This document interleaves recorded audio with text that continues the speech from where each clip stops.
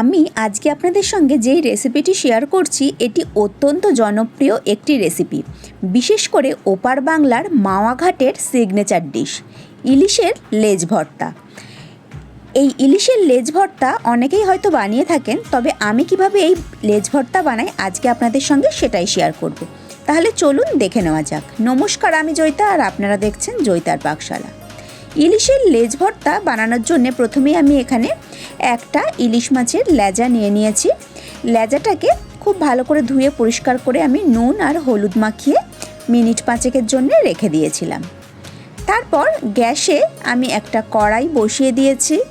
কড়াইতে আমি সর্ষের তেল দিয়ে সর্ষের তেলটাকে খুব ভালো মতো গরম করে নিয়েছি।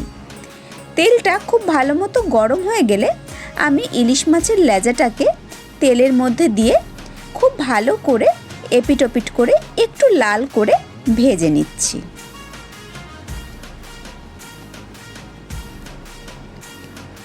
ইলিশ মাছের লেজাটা দেখুন খুব ভালো মতো ভাজা হয়ে গেছে লাল লাল করে। এবার আমি ইলিশ মাছের লেজাটাকে তুলে নিয়ে একটা পাত্রের মধ্যে রেখে একটু ঠান্ডা হওয়ার জন্য রেখে দিয়েছি।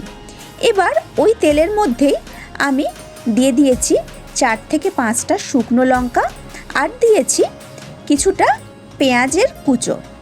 আমি এখানে একটা পেঁয়াজ ব্যবহার করেছি, তার হাফ আমি তেলে ভেজে নিয়েছি আর হাফ আমি কাঁচা রেখে দিয়েছি। এদিকে দেখুন ইলিশ মাছের লেজাটা কিন্তু মোটামুটি ঠান্ডা হয়ে গেছে। এবার আমি একটা হাতার সাহায্যে লেজাটাকে খুব ভালো করে এই রকমভাবে থেতো করে নিচ্ছি।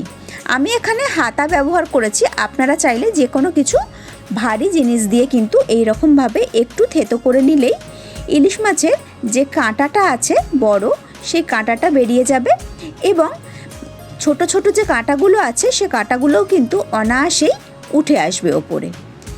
দেখুন আমি খুব ভালো করে থেতো করে নিয়ে বড় কাঁটাটাকে সরিয়ে দিয়ে এবার যে ছোট ছোট কাঁটাগুলো আছে সেই কাঁটাগুলোকে আমি একটা একটা করে বেছে নিচ্ছি।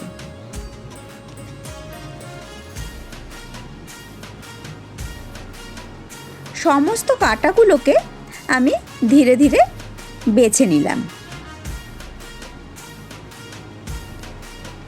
সমস্ত কাঁটাগুলো আমার মাছের বাছা হয়ে গেছে। এবার এই ইলিশ মাছের মধ্যে আমি দিয়ে দিলাম যে হাফ পেঁয়াজ আমি কাঁচা রেখে দিয়েছিলাম, সেই আধা কাঁচা কুচনো পেঁয়াজ, আর যে পেঁয়াজটা আমি ভেজেছিলাম সেই পেঁয়াজটা, আর শুকনো যে লঙ্কাগুলো আমি ভেজেছিলাম সেই শুকনো লঙ্কাগুলো সমস্ত কিছু দিয়ে, আর ইলিশ মাছ ভাজার যে তেলটা ছিল সেখান থেকে কিছুটা পরিমাণ তেল দিয়ে আমি ইলিশ মাছটাকে খুব ভালো করে মেখে নিচ্ছি। এখানে আপনারা চাইলে কিন্তু কাঁচা লঙ্কাও ব্যবহারও করতে পারেন, তবে আমি বেশি করে শুকনো লঙ্কাই দিয়ে দিয়েছি। এবার আমি এখানে দিয়ে দিলাম পরিমাণ মতো নুন।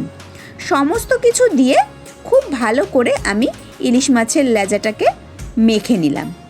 আমার কিন্তু ইলিশ মাছের লেজা ভর্তা একদম রেডি হয়ে গেল। এবার আমি এই ইলিশ মাছের লেজা ভর্তা গরম গরম ভাতের সাথে পরিবেশন করব। দেখুন ইলিশ মাছের লেজা ভর্তা একদম রেডি। তবে পরিবেশন করার আগে আমি ইলিশ মাছ ভাজা তেল আরও কিছুটা ওপর দিয়ে ছড়িয়ে দিলাম। গরম গরম ভাতের সাথে এই ইলিশের লেজা ভর্তা হলে কিন্তু আর কোনো কিছুরই প্রয়োজন হয় না। তাহলে আজকের আমার এই ইলিশের লেজ ভর্তার রেসিপি আপনাদের কেমন লাগলো অবশ্যই কমেন্ট করে জানাবেন। আমি আবার হাজির হয়ে যাব কোনো নতুন রেসিপি নিয়ে নেক্সট এপিসোডে। ভালো থাকবেন, সুস্থ থাকবেন। ধন্যবাদ।